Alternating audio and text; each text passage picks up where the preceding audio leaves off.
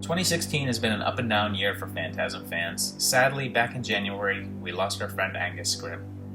But things are looking up because we do have the J.J. Abrams restoration of the original plus Ravager to look forward to, so I figured it was time to lay out this series' timeline, although figuring it out is a little bit like trying to remember a dream that you had last night. So the first film came out in 1979 and told the story of brothers Mike and Jody and their ice cream slinging friend Reggie. They start to suspect that there's something is fishy at the local cemetery. You see, the tall man, along with his helpers, which include the caretaker, famous flying Cuisinarts, and some Jawas. Sorry, wrong universe. The three discover that the tall man is an alien from either another planet or another dimension who can both change into a woman and also transform parts of his body to flying bug monsters. Wherever he comes from has a different atmosphere and gravity, so he's collecting the bodies from the graveyard and shrinking them down to these dwarf-like little guys so that they can act as slaves there. And then once he compresses them, he sends them across, using this gateway thing in a white room. By the end of the film, the caretaker is killed by the sphere, Reg shuts down the gateway, but gets killed in the process. Mike and Jody manage to trap the tall man in a collapsed mine and block it off with rocks, although it turns out that this is all a dream. Actually, Reg never died, and it was Jody that died in a car crash. His tombstone is marked as 1978, giving the series its definitive start date. So how much of the film is real is up in the air, although we know for a fact that the tall man is real, as he comes from Mike in the end. We get a nice car crash because why not? And it ends with someone being pulled through a window and some great surreal moments happen. We never really learn what's up with the fortune teller and her granddaughter. Why do they laugh after Mike leaves? What's the granddaughter doing in the mortuary, and what does she see that makes her scream? We never see her again, although Reg mentions setting loose some girls that he's never seen before, so was she with them? It's very possible. What's the tall man doing here? Is the cold hurting him, or is he kinda liking it? We'll get some answers, but not quite yet, because there's more movies. The second film picks up right where the first one left off, back in 1978. Reggie manages to save Mike from the clutches of the tall man, but blows up his house in the process. Mike spends the next 7 years in psychiatric care, which we find out from his doctor here. So we're now in the year 1985, although the film's release was 1988. The tall man blows up Reggie's house along with his family, prompting him to join Mike in his quest, and joining them are Liz and Alchemy, both of whom tend to show up in Mike's dreams, and one of whom tends to be naked quite a bit. The tall man gets some new henchmen, a gas mask raver, some creepy twins, lots more dwarves, and a new gold ball. Another car crashes because Don Coscarelli likes car crashes, and let's face it, so do you. We get another look at the other dimension, although we don't really learn anything new about it. They manage to kill all of the henchmen, with some help from the spheres and the awesome 4-barrel shotgun. We get another peek at what's under the tall man's skin before he's dispatched with some handy hydrochloric acid, but then Reg dies again, and we get our surprise ending as someone gets pulled through a window, because that's how you end these things. When we get to the third one, we again pick up right where we left off. Reg isn't dead again, but Liz is.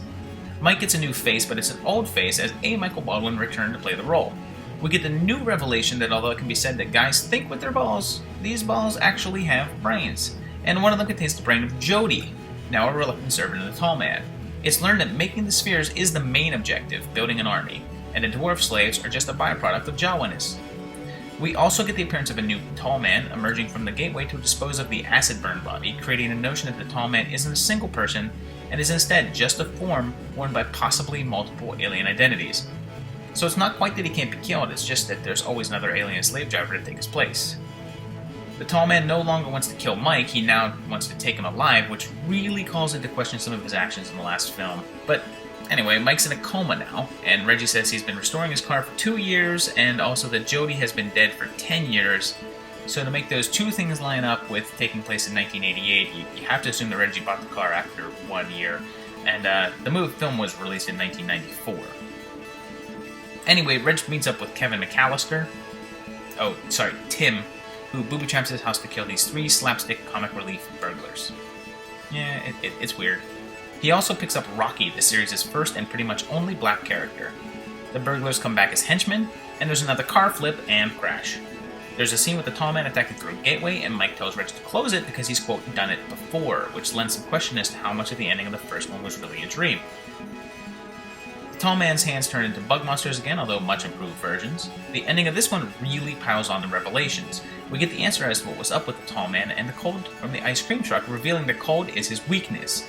Also, beneath that exterior is a new and improved cold sphere. Our heroes take out the burglars and manage to liquid nitrogen in this tall man's sphere, but not before it's revealed that there appears to be another gold sphere inside Mike's head. Rocky takes off because she doesn't want to end up like every other female in this series, and Mike runs off with Jody in tow, but not before he tells Reg to, quote, not believe everything he sees. So for our grand finale, Reg is pinned to the wall by a bunch of balls, possibly being killed by them, and Tim gets the honor of being the one pulled through a window for a familiar theme ending. The fourth movie picks up right at the ending of the part 3 again, and it's a really interesting ride. We get some answers, but pretty much just as many new questions. So we're presuming that we're still in 1988, and we start off with Mike on the run and Reggie still pinned against the wall. Tim has presumably been killed off by dwarf creatures, as we never see him again, and no one mentions him either. The tall man, I'm guessing a new alien wearing a body appears, and something's really different. He lets Reggie go and has no interest in killing him, which is a theme in this one.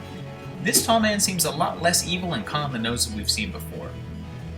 We get a few new minions here in the form of a demon cop, and after flipping and crashing another car, a girl whose boobs turn into spheres, because that seemed necessary.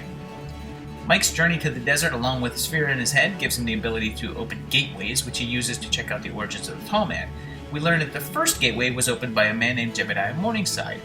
He crossed through the gateway and the tall man came back through.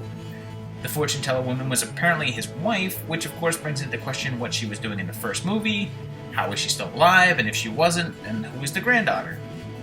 We get a glimpse of the future with a less trafficky LA, and Reggie busts out the old ice cream uniform again. Fans of the 4-barrel shotgun will rejoice to see it used a heck of a lot here, killing tons of the Nahuas. So Jody is revealed to be, well, not a good guy, I guess, and it looks like there's now more than one. I'm not sure why the Jody in Part 3 was working so actively against the tall man if he was on his side, though, you know, I'm going with it. There's a big confrontation with Reggie and Mike and the tall man where once again the big guy doesn't seem terribly interested in killing anyone. Mike builds this thing which, well, doesn't do much. The car blows up, killing the kind of nice tall guy, but another one shows up right away. We end up with him removing the gold sphere from out of Mike's head, which doesn't seem to kill him, but it sure looks like it hurts. And then he just kind of leaves. Reggie follows him and Mike flashes back to his childhood. Reggie doesn't die and no one gets pulled through any glass windows and we're left waiting. And waiting. Well, the wait is over as Ravager is here next month. This one is promised to be the last, what with Angus's passing and all, and I'm hoping for a solid resolution, and hopefully we'll get some question answered. And until then, keep your balls in the air, and I'll see you next time, and please, in the meantime, subscribe to my videos if you enjoy what you see.